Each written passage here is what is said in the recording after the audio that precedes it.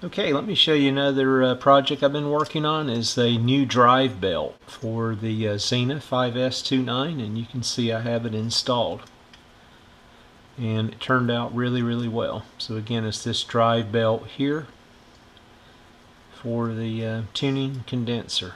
So let me show you what process I followed to create one, just in case you guys have a need or desire to do this at home. So real quick, let me show you what you'll need to do this. Again, I'm going to use the Versamold product. And you can see here I have a rolling pin that has the adjustable disc. And the reason why, again, you'll see I'll roll out the Versamold putty. And I want the correct thickness. Again, you could use any type of roller as long as you get your desired thickness. Here I'll shoot for about 1/4 of an inch or so. Be a little on the thick side, but you can make it any thickness that you desire. I've got some cookie cutter tins.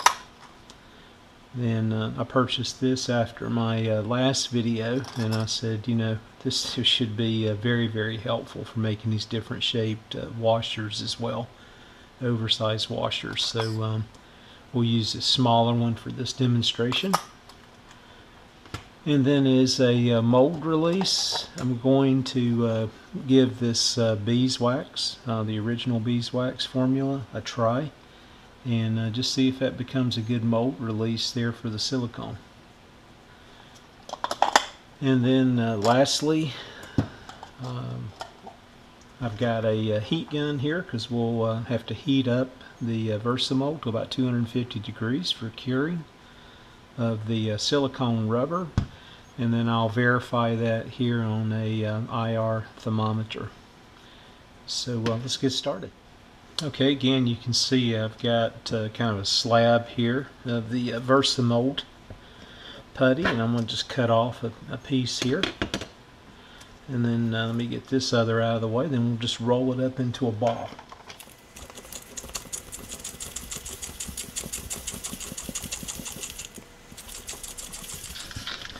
This will remove any air bubbles.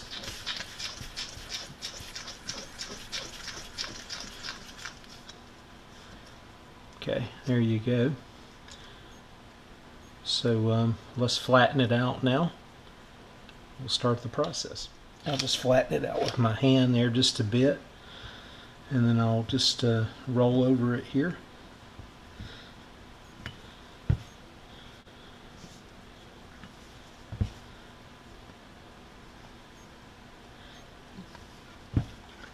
Again, I've got the disc on this particular roller set for about a 1/4 of an inch. That might be just a little too thick, so I'm going to try to put some extra pressure here and get it just a little bit thinner than that. Okay, I think that's good. Alright, let's get the cookie cutter out now, and I'm going to apply some of the beeswax. We'll try it first for a mold release and see what happens. Okay, I've got the two different size cookie cutters out here, and this is what I'm looking for. I think there's about a 1/4 of an inch difference here in each size. And again, I'm going to just apply a little bit of this spray, and we'll try using this as a mold release and see what happens. Take a towel here. I don't need all that on there.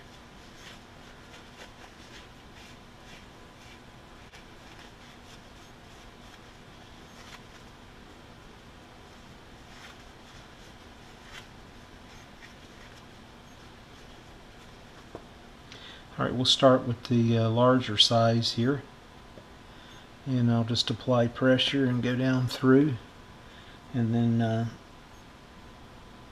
see if we can turn this.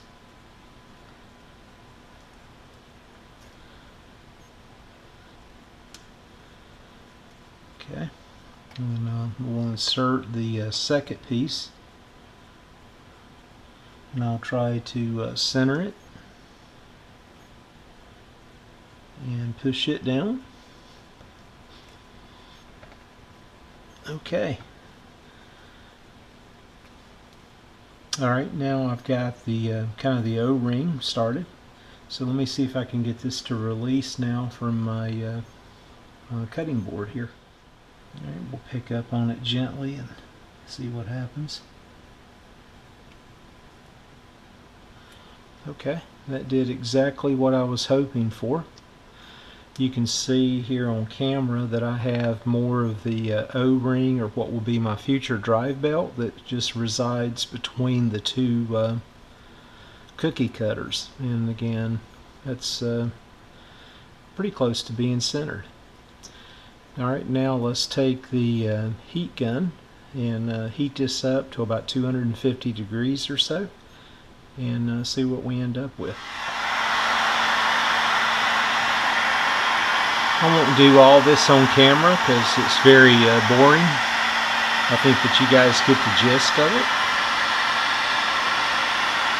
So I'll continue heating this up here, and then we'll check the temperature periodically and make sure I'm at the cured heat that they recommend of around 250 degrees, and then we'll try to separate it and see what it looks like. One thing I like about putting the silicone between these two pieces of cookie cutter tin, it just holds the heat really well. You can see here, if I can get this in a position where there's not a lot of camera glare. This has probably been cooling for 4 or 5 minutes now, and you can see I've still got some good temperature here in the two tins. So what that should do is allow for a nice curing process, you know, from the outside in and inside out. Okay, I think I'm more closer now to the ambient temperature. There's still just a little bit of heat there, but let's see what happens here and see if we can separate this on camera. I'm going to just push very slightly here on the inside piece, or attempt to do that, and see if I can just push the that center piece out with my finger. The trick was really finding something I could push in here without screwing up my cookie cutter tin. So this screwdriver worked perfect because it fits on this inside piece. Allow me to put pressure here and just pop it out. And again, the product expands somewhat, but you can see this is it looks a little thick now. Again, I tried to make this about 1/4 of an inch, but it appears to be cured because it's nice and shiny. And let's see if I can get it off of this other centerpiece now, if it releases itself from here.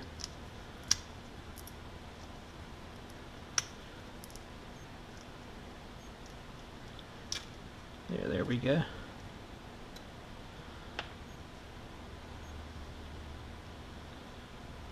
So not bad.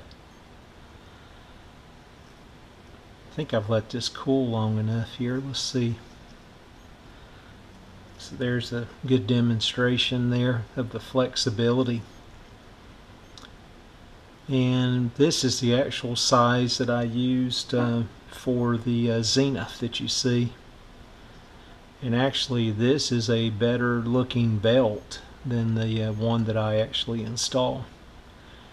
So I may actually throw this one on the Zenith instead of the other one. I think I like this width better.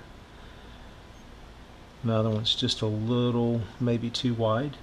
You can see how strong this stuff is too. It's amazing the pressure I'm putting.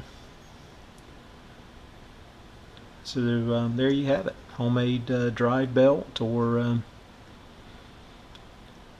any other, just endless possibilities there with the product.